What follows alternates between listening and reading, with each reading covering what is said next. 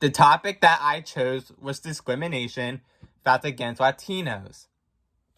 This topic was something that I'm familiar with and stood out to me with what's going on in today's society. As much as the problem has been reduced years ago, people still can show discrimination based on how people are acting and the actions that are being presented. When reading the article, understanding bias towards Latinos, discrimination, dimensions of difference, and experiences of exclusion, it states directing more attention to bias towards Latinos is timely, practicality, as well as theoretically. The meaning behind this would be based off how if someone isn't white is going to be seen differently than others. It will definitely make the intention glow even if you aren't even doing anything. It will grab people's attention. The first thing that will be seen as discrimination against Latinos would be based off how Latinos would be an easy target and prejudged.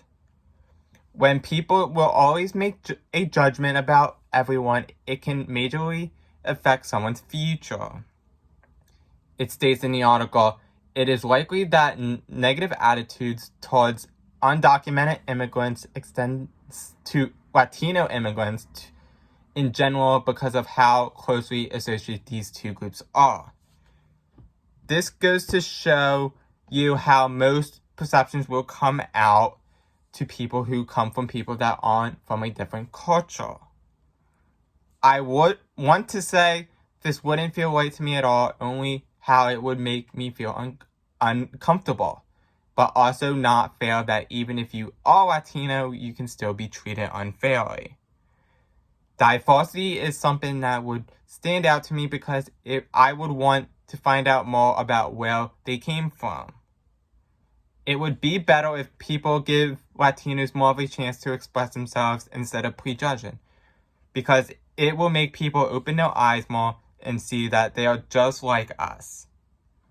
The second is how Latinos are struggling every day to have it where it is equal for everybody. The article, Skin Color Prejudice and Within Group Racial Discrimination, Historical and Current Impact on Latino Populations. It states the following section briefly discusses the Zapateria movement in Mexico, the Mayan movement in Guatemala, and the Afro-descendant movement in Colombia as vibrant illustrations of resistance to social stratification on the basis of ethnic, race, and skin color. The meaning behind this is that there have been movements in motion and how these movements are trying to want to have things change for the better. I agree. I would want this to happen because we all need to have our voices heard and won't stand with anything that would keep me silent. I can only imagine how much normal people can struggle with stuff, but can understand why Latinos might be having a harder time than the rest of us. It makes me want to have so much sympathy for the Latinos that are struggling because it's hard for them to succeed in trying to live the normal life like the rest of us have. An example of this would be how Latinos are trying to find jobs.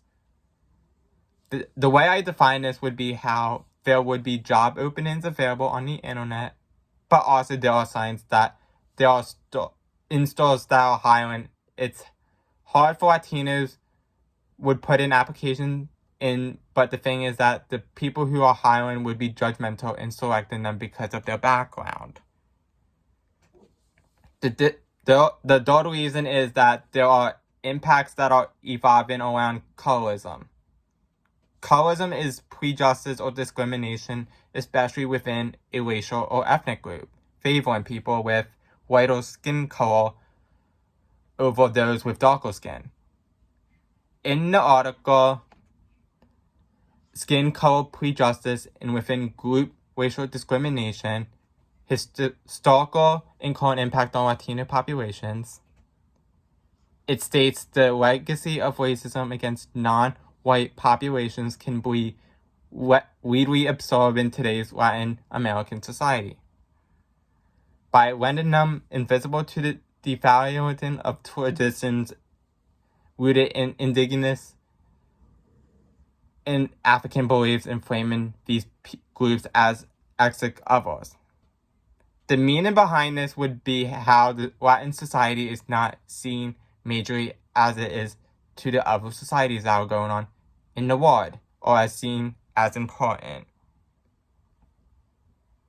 It also states in the article, the police acted under assumption that there are no blacks in Mexico, and the fact that the detainees were not carrying any identification. Consequently, they were jailed. This goes to show that even authorities are already making false claims that aren't true without getting to know them better.